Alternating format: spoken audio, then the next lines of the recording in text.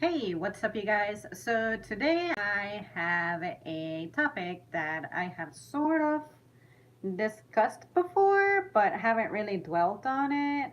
And I guess it's time that we did that. For starters, I owe the inspiration of this topic to something that I saw on the marvelous world of Twitter, and that is that there is this astronaut by the name of Scott Kelly.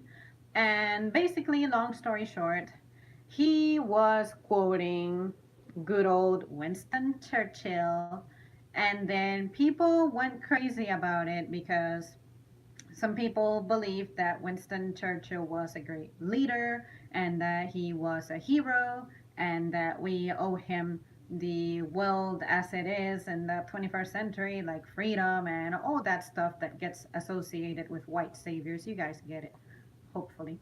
And then there was the other side of the coin, the other side of the story that was saying that he shouldn't apologize for having quoted Winston Churchill and that he should actually stand his ground because just because in the past this guy did something wrong, it doesn't outweigh the good stuff that he did.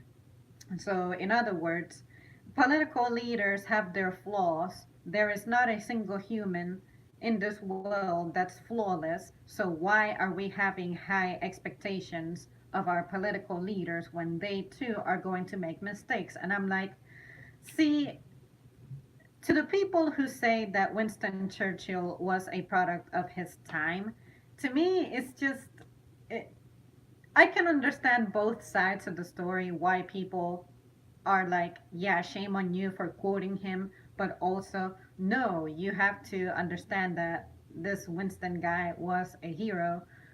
It's like I want to just be on the side of that's just the past, just let it go, but at the same time, it goes back to something I streamed about a while back about until when are you accountable for your past actions? And then, of course, Winston Churchill goes down in the history books as a leader who defended Britain against, say, the German invasion or whatever happened back then. But let me see if I can finally get to the point. What can I say? It's okay to find inspiration from people who made mistakes. Like, there's people out there who say things after they have gone through some experiences, and that's what makes them wise. So, I'm not going to try and sit here and defend this guy, this Winston guy, because again, I'm just not very savvy about history. I'm also not British, so I cannot understand what this means to the British people, whether they love them or not. But from my perspective, there is inspiration to be found from everybody. Someone out there is good at something. And some experiences, some lessons you only obtain because of the unique experiences that you as an individual possess. And therefore, you are going to say something, advise someone, and you will come off as wise. So, whatever quote this astronaut was saying, it had an M word in it that I already forgot. I should have written it down. But but if you are quoting this guy who also did some shady stuff, I don't think there's anything bad if the thing that you're quoting is actually a relevant thing, a healthy thing, a good thing. So we're like, I don't want to sit here and say something wrong, but to to back up what I'm saying, I'm sure that good old Adolf over there in Germany at some point in his life, he did something that was noteworthy and remarkable, and that someone could take advice from him, apply it to their lives, and it would work. So to just completely have one individual person and completely demonize them for posterity, I can see why that's a little bit absurd in modern days, especially when the Winston stuff happened like 70 years ago.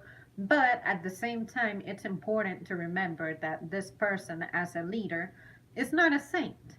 So we choose to remember the good stuff of people. At least in this country, in the United States of America, we tend to only educate our kids on the positive aspects of history. We do not go over how the imperialistic ways in which this nation came about and how other nations have remained on top. We don't go over what it means to be at the top. How did you obtain these other lands? You do not go over the violence, the aggression, the oppression, the stealing, the raping, all that stuff. We don't go over that. And you might say that that is something that should be implied, and you shouldn't really be telling kids or teenagers about it. But the problem is that then you're going to grow up, you're going to become an adult, and you're going to be absolutely clueless about this. And then the information will either shock you or you will be absolutely careless about it. And when you become careless about it, you become apathetic about history, you become more easily manipulated, and that's why history may repeat itself.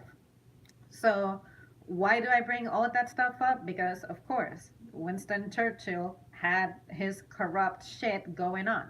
Like, especially the stuff he said about India and the stuff that happened in many other places where he starved millions to death. We usually don't talk about that. When we mention Winston Churchill, we think Nazis, they were defeated. We don't think about the other stuff that happened in other lands and other people who suffered who were absolutely not a threat to the British people, for example. So that's why, in a situation like this, if this astronaut guy felt compelled to apologize, I don't know if it was because exclusively because of the outrage that he saw from people, or if he genuinely feels like he should have been more clear about, say, a great man who was heavily flawed once said this and that.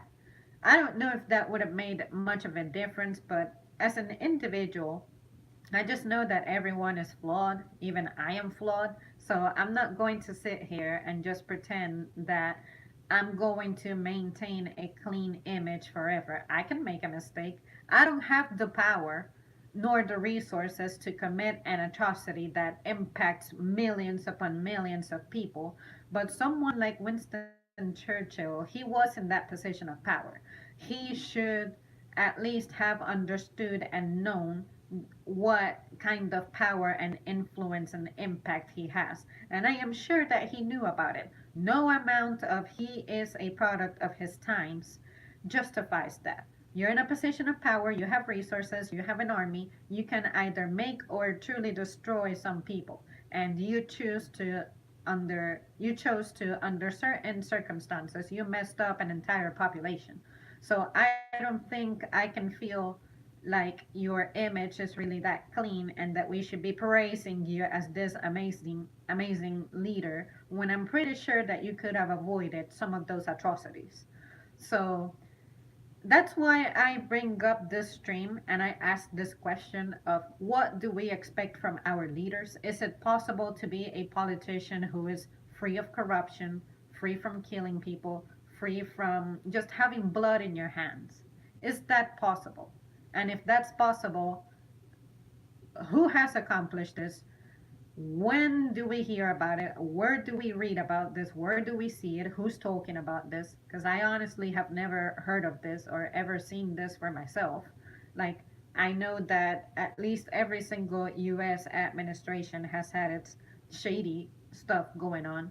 So, what do we expect? What do we want from our leaders? What would make them walk out from an administration with clean hands? Again, is it possible? And if it's not possible, can we really be harsh on them and judge them for their circumstances, the circumstances of their leadership? Say, this Winston guy, he was being the leader of Britain during a time of war. Was it absolutely inescapable to have blood in his hands? I doubt it. Like, I don't think that you could have gone through that administration, same as FDR, and have your hands completely clean. But that's why I asked this question: what constitutes to a good political leader? What would make a political leader just perfect? Is it even possible? Because we always talk trash about the people in government. So, what are we looking for? Is it even possible to obtain those expectations that we have? So, if you guys have something to contribute to that, let me know. If you have something that I can read, let me know, because I honestly do not really know the answer to that question. All that I know is that we're humans, we're trying to take control of this tiny ass planet, and we're just really tiny ass people. And I think that our leaders are really just like, the expectations that we set are too unrealistic to be met. So that's why I asked that question, and I really hope that you guys can really shine some light on this, because I am kind of clueless. So, anyways, someone who puts their constituents before others. Okay, so if it's someone who puts their constituents before others, how can you do that without sacrificing the well-being of other people?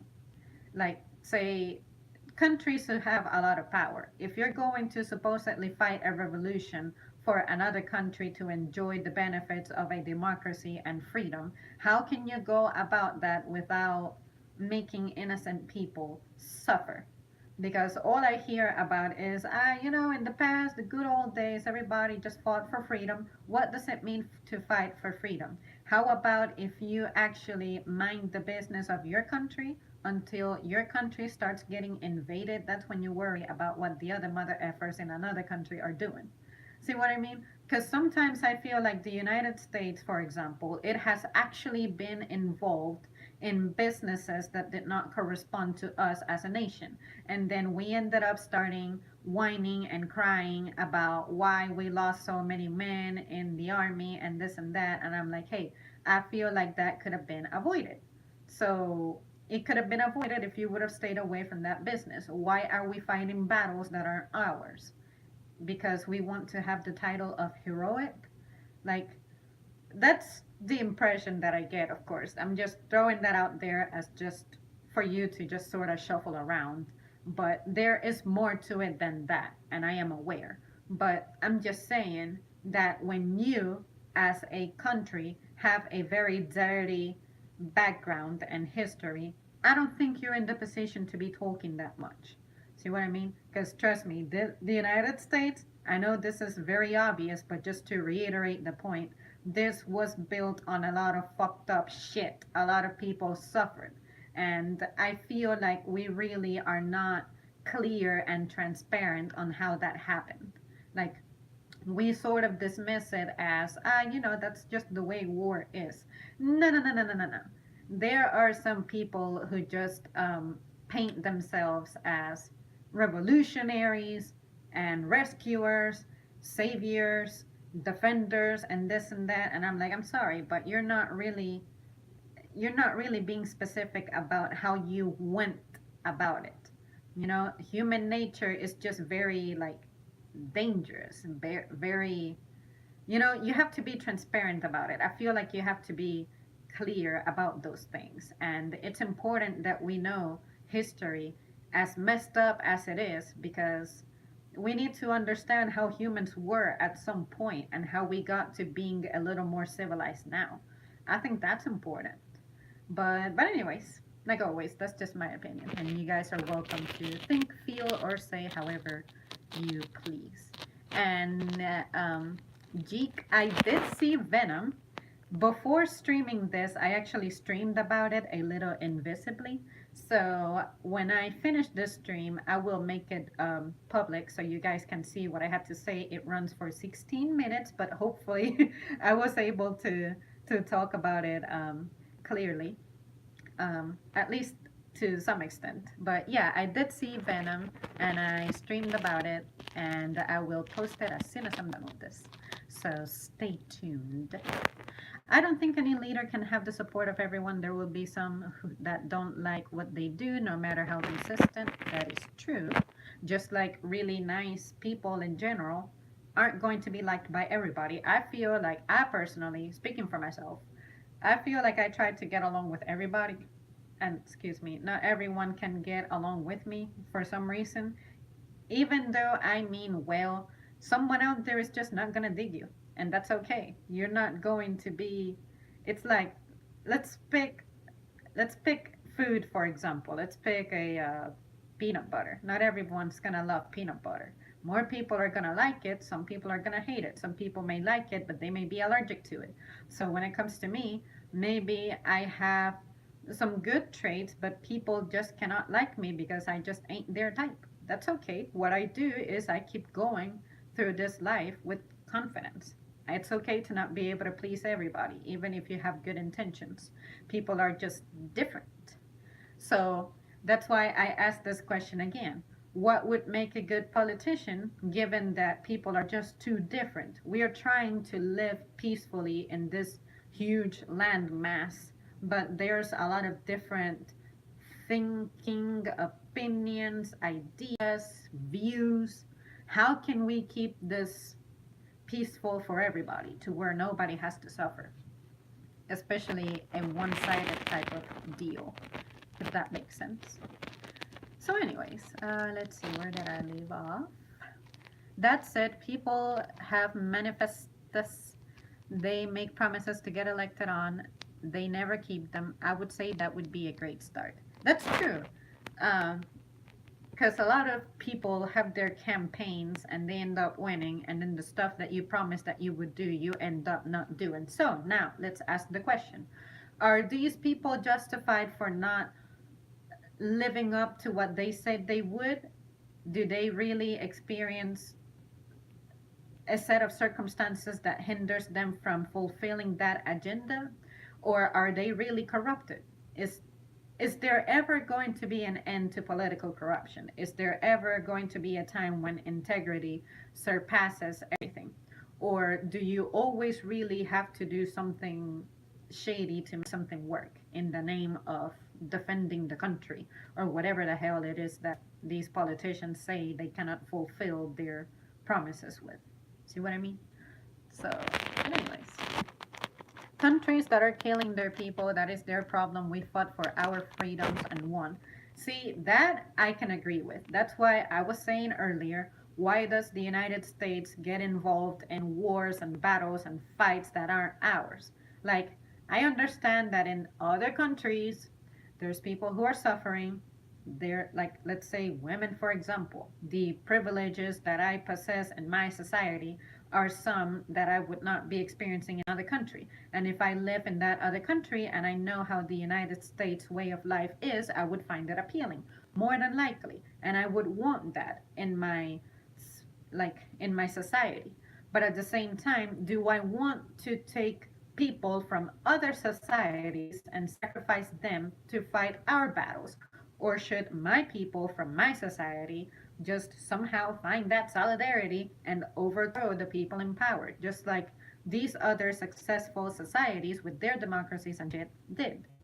So, like, I guess if those countries were actively seeking support, maybe I guess I have to look into that. Like, are the countries who are like in constant rebellion, let's call it that, do they actually ask for help from the exterior? Because I honestly feel like most of these places are pretty hands off. Um, yeah, I would have to look that up and then maybe create a separate topic on that. But I know that as a citizen of that country, it would be difficult, especially if you're in poverty, to pursue a country where you would live more peacefully. Uh, that Under that circumstance, I can see why you would want to actually have a member of another society be involved in rescuing you from the claws of your society. So it's something that I would have to look into. Where am I? Okay. Like the hair Sam, you've seen Venom, and he sends $5. Thanks so much for the donation, Jeek. And yeah, I guess I did reply to that. I happened to see it while I was scrolling, so I just mentioned it. America has a toxic hero complex. OMFG, that was history. Adam, hello, Adam. Positivity, a positive attitude is contagious. Yes, indeed. And he attaches $6. Thank you so much. I appreciate that. This is now, and no one is living this day and age had anything to do with that. We don't need to acknowledge it anymore because we know about it and it's in the past. Wait, how long are we going to suffer through history over and over again? It's not racist to acknowledge. We need to move past the past. Other countries fighting for their own battles need to be left alone. When we get involved, more people die, and we shouldn't be taking sides. America will eventually be this armless, legless thing rolling down the streets, history like a turd in the wind. Yeah, it's like, let's face it, every single empire has had its downfall. Like Rome fell, and I'm pretty sure that this place at some point is gonna go down. It has to happen. I feel like the symptoms are there. Like people are just noticing that they're not living life to the fullest because there's a lot of just division, unfairness, and the system favors a certain type of people. Like the hierarchy is not set up to where everyone can be at an advantage. And that makes people mad. And people who get mad do crazy stuff. And between crazy stuff, that's when change happens. So I feel like the worst will need to happen again, like it did back in those days, because that's just the way that humans sort things. As much as we try to civilize ourselves, our instinct to be, how can I say this, defend our loved ones and thus be territorial, it's there. It's just a matter of doing it intelligently. Like to the people who feel like they're, or who are at the bottom of society, they're not going to just lash out at the folks who are well equipped, well armored, they have good weapons. You have to be intelligent about the kind of move that you're going to make.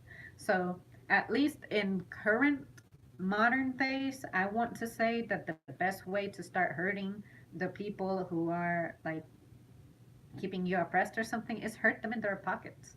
Do not support them. And if they don't have that power, which is money, they will be complying with whatever it is that you want. So I think that um, that's the way that you handle fighting in the present.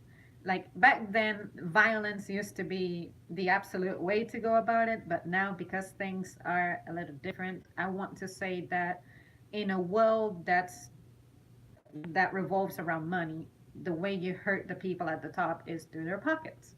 Don't buy their stuff. Don't support their stuff. I know they own a lot of shit, but try to put people who are like you, who are in your same level, try to put them in a position of power. Fund them. And then hopefully they will represent you. And I say hopefully because unfortunately, there are souls out there who get lost because they become ambitious to the wrong stuff and they lose their values that they were brought up with that closely resemble yours. It's like, what can I say? When you meet a person who suddenly gets rich and they suddenly are just different, why do you have to be different? Why can you not remain humble? That's what I, that's what I, that's my opinion. Let me see, where am I at? They have a choice to leave and they are leaving in droves. We will suffer through history as long as it pays for $2,000 suits. And who is buying the $2,000 suits? Of course, I would say those are the people in power. You're good at this live chat thing. Well, I appreciate the comment because sometimes I don't think I know what I'm doing. But anyways, just whatever it is that you do, always do it with confidence. That's what I do anytime I sit here and I am live and I am just hoping that nothing bad happens. Like my occasional asthma problems. Like my biggest fear is suddenly sitting here and then being incessantly sneezing or just something terrible happening. That's one of my fears. Well, anyways, guys, I believe that I have rambled enough. I said everything that I think I meant to say, and I am pretty caught up in the comments. Thank you so much for participating and providing feedback. And I will keep thinking about this topic a little further. And if I see something substantial that I can add, I will create a new separate stream on it because I feel like this is a topic that people tend to be apathetic about, and I feel like we should discuss it more because it affects you as a member of society.